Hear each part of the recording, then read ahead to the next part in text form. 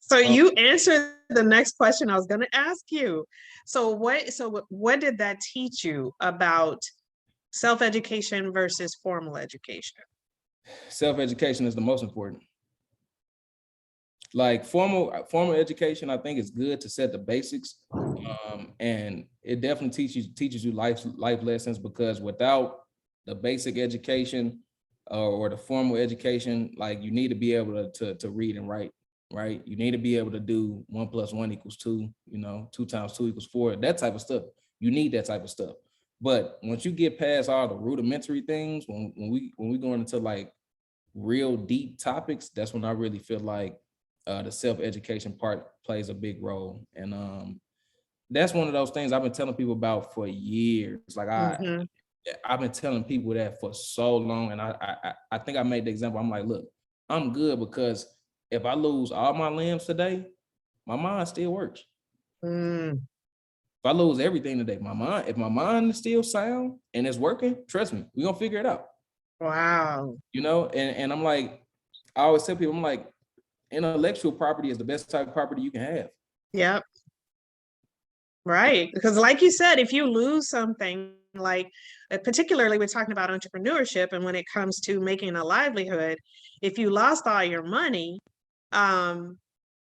you have this to go back and get it again.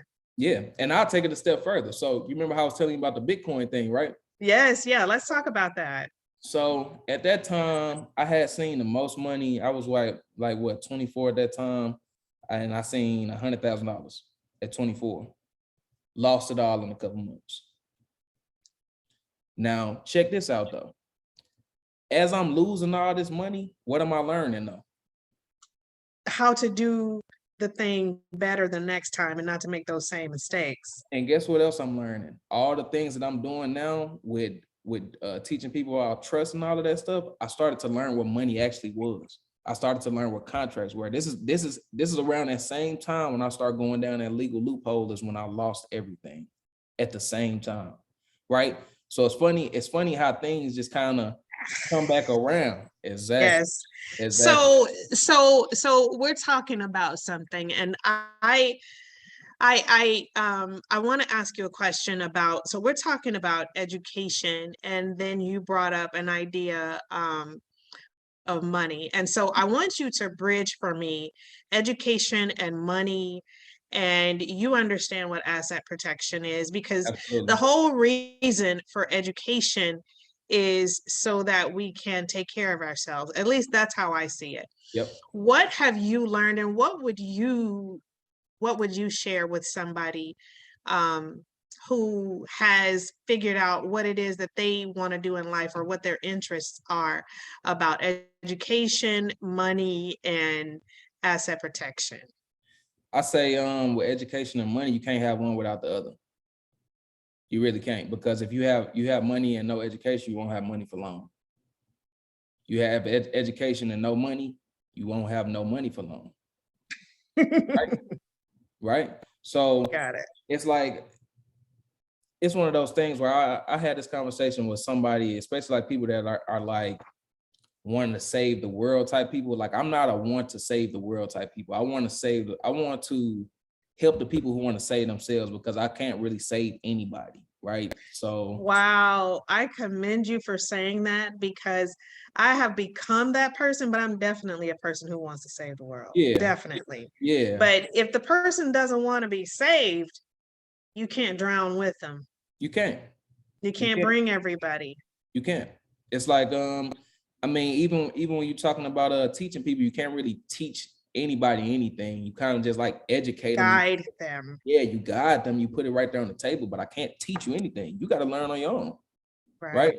And so, yeah, the education with the money, you cannot have one without the other, because you will have a whole bunch of money, and if you're not financially literate, trust me, you can make more money, and if you're still not financially literate, you're going to be in the same position, because it's plenty people, like when you on a lower spectrum of like your income, like where you might be making $20,000, $30,000 a year. It's going to hurt when I say this, but trust me, it's people that make well over 6 figures that are living paycheck to paycheck just like you.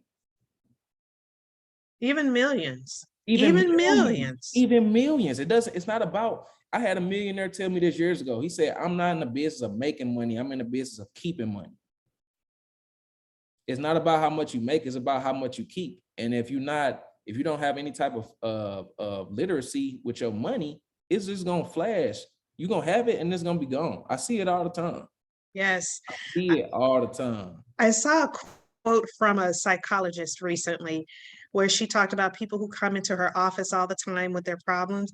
And she said what she's learned is that most people just need more money. And Yep. to your point, a lot of people can earn money, but can you keep it? Can you grow it? Can Yeah. you have it to sustain your life? So I want to take you back to where you said that you lost it all at the same time you came into some new self-education. How Mhm. did that serve, like, how did that change your trajectory?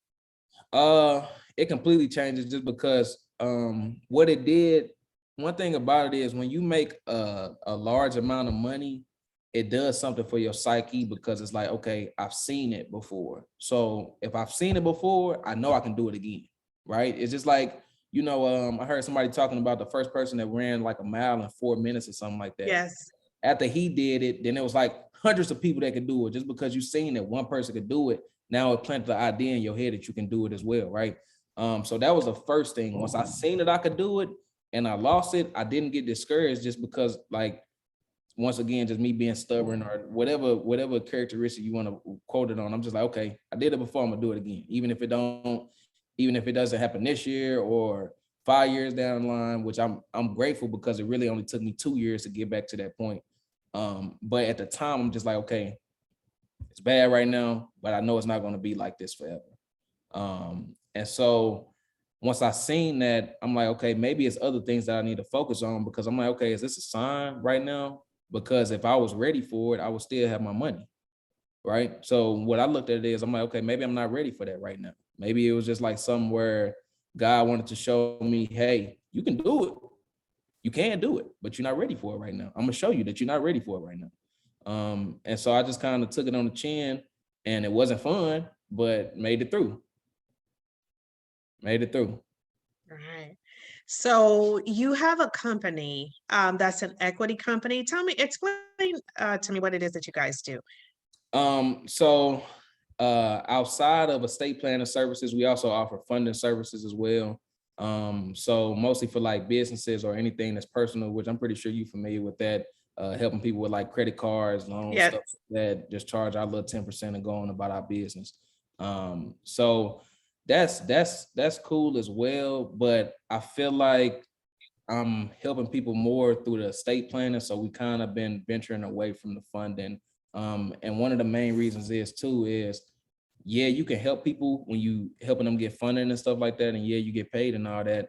But it goes back to what we just said about education and money.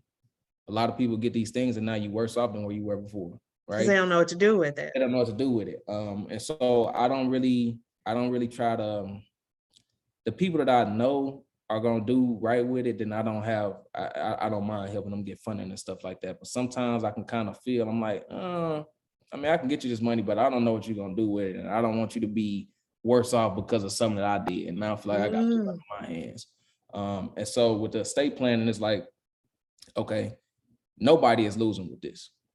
Anybody that I help with this is no way that you can lose once you have this stuff set up because it's like you protecting yourself and you protecting your family much more than what Yes. you're doing right now. And it puts you in the mindset of not just protection, it offers a level of privacy, which I feel like the more time that goes on, the more we deal with these, privacy is getting eliminated. Like Yes. people will literally post anything up, and I'm like, why do I know what's going on in your household? I shouldn't know that. I'm just Mike on the internet.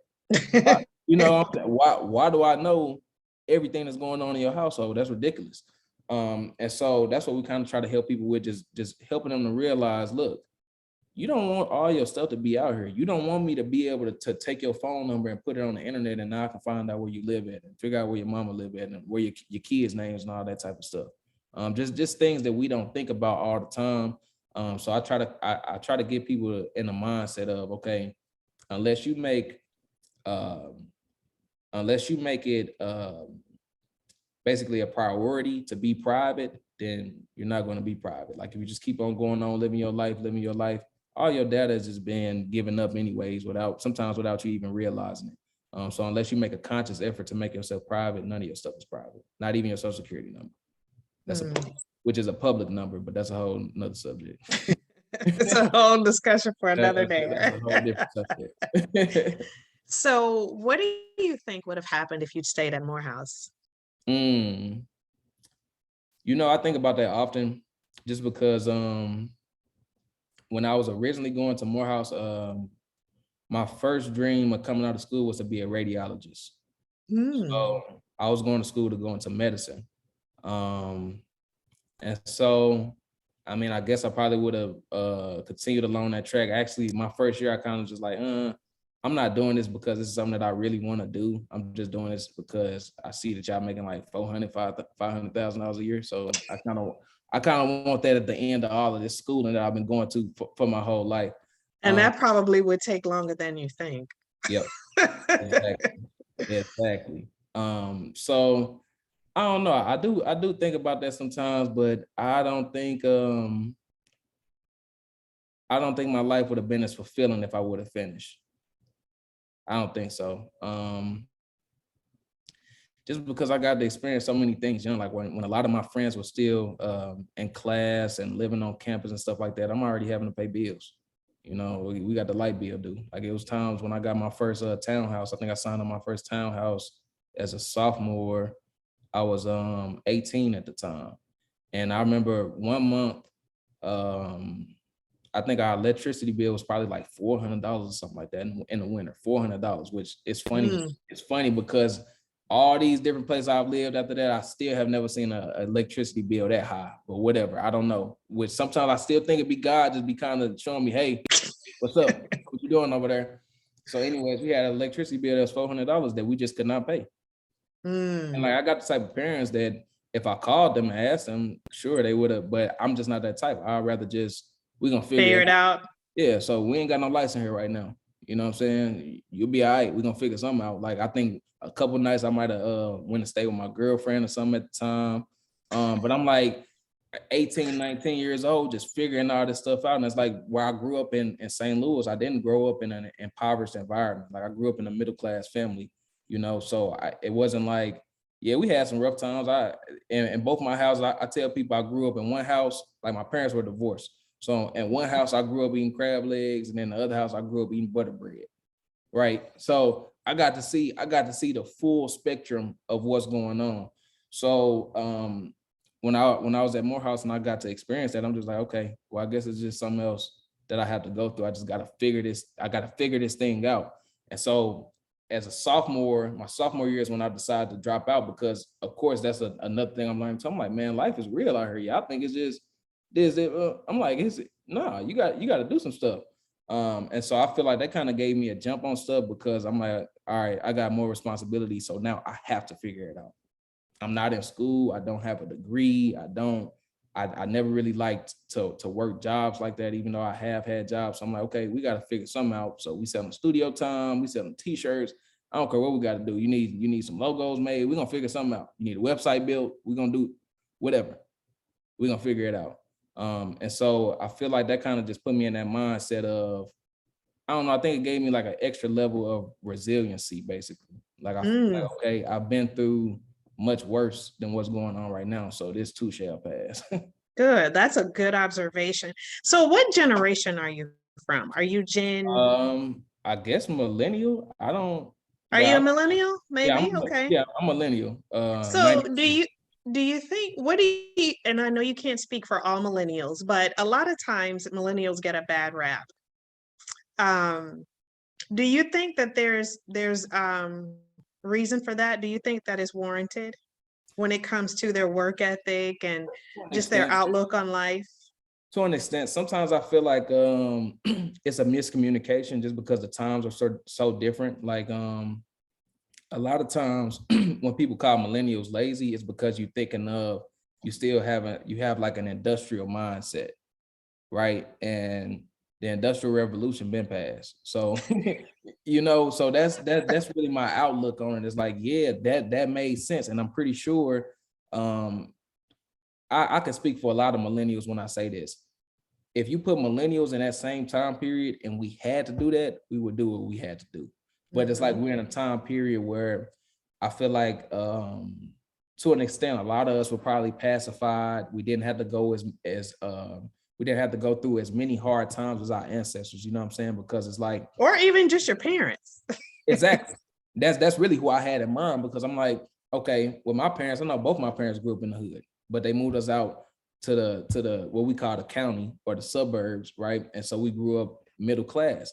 But I'm like, when you growing up middle class, it kind of gives you a little bit of an advantage, but sometimes it's a disadvantage too, because it's like when you growing up in the hood and you make it out, then everybody is super proud of you, like, because you came from nothing basically, right? Whereas if you start somewhere in this middle class, now it's like, okay, if you don't do at least what your parents doing, then basically you're a failure, right? That's a good point. Right. So it's like a catch-22, where it's like, I feel like people who come from a middle class or higher, you have more pressure because you have more, it's more expected of you.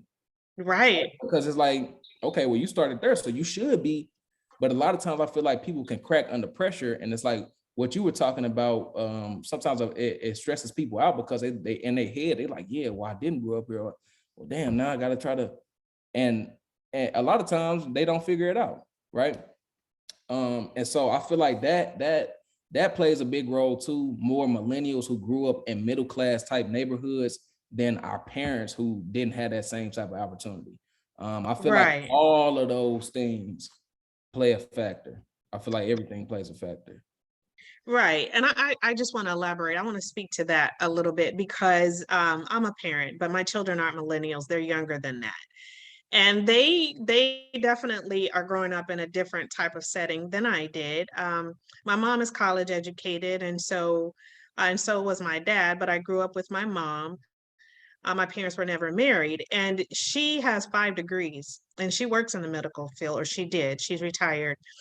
Um, but I would say the thing that she did for me, she didn't coddle me in any way. Yep. So I had to figure it out. Even though she had things and she didn't, that was not the way that it was for me. Yep.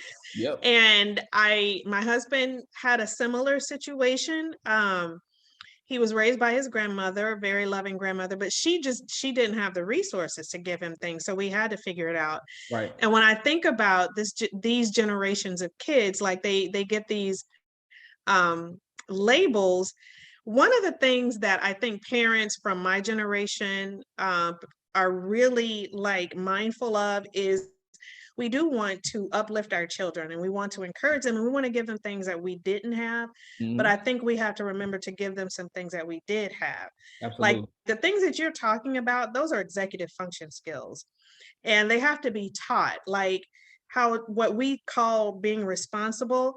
I think it's vague to say you need to be responsible. Personally, I think you need to show your child what that looks like so that they at least have a baseline. You teach financial literacy. If I wanted my child to be financially literate, I wouldn't just go be financially literate. I would teach them something about it and I would try to model it for them along the way so that they have these skills. Right. And so instead of having unnecessary pressure, at least you know what kind of room you need to be in. You know what kind of setup, you have a foundation.